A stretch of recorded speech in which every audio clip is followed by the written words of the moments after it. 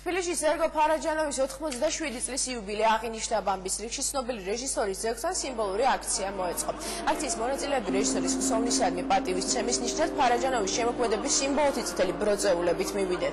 მეიდანზე ფარაჯანოვის შემოქმედების ამსახველი მასალები და ფოტოები გამოიფინა, მოგვიანებით კი მისი ფილმის ჩვენებაც მოეწყო.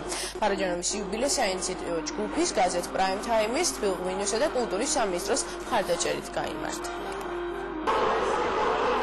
აიხსნა ჯგუფი Facebook-ზე, რომელიც მოითხოვდა თბილისში სერგო ფარაჯანოვის ქუჩის გახსნას და შესაბამისად მის დაბადების დღეზე გადავწყვიტეთ, რომ მომხდარიყო ესეთი ღონისძიება ფარაჯანოვის ერთადერთი ძეგლთან თბილისში.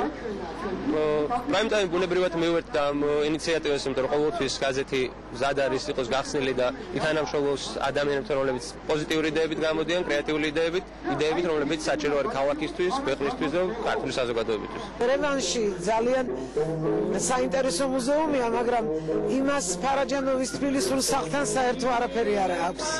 მიუხედავად იმისა, რომ იმათ დროზე იხელთეს და გადაარჩინეს ეს მთელი მემკვიდრეობა. მე მგონია, რომ წარმოუდგენელია, რომ ფარაჯანოვის ქუჩა არ არსებობს და როგორმე გვინდა, რომ ფარაჯანოვის აი ეს სახლი აღადგინოთ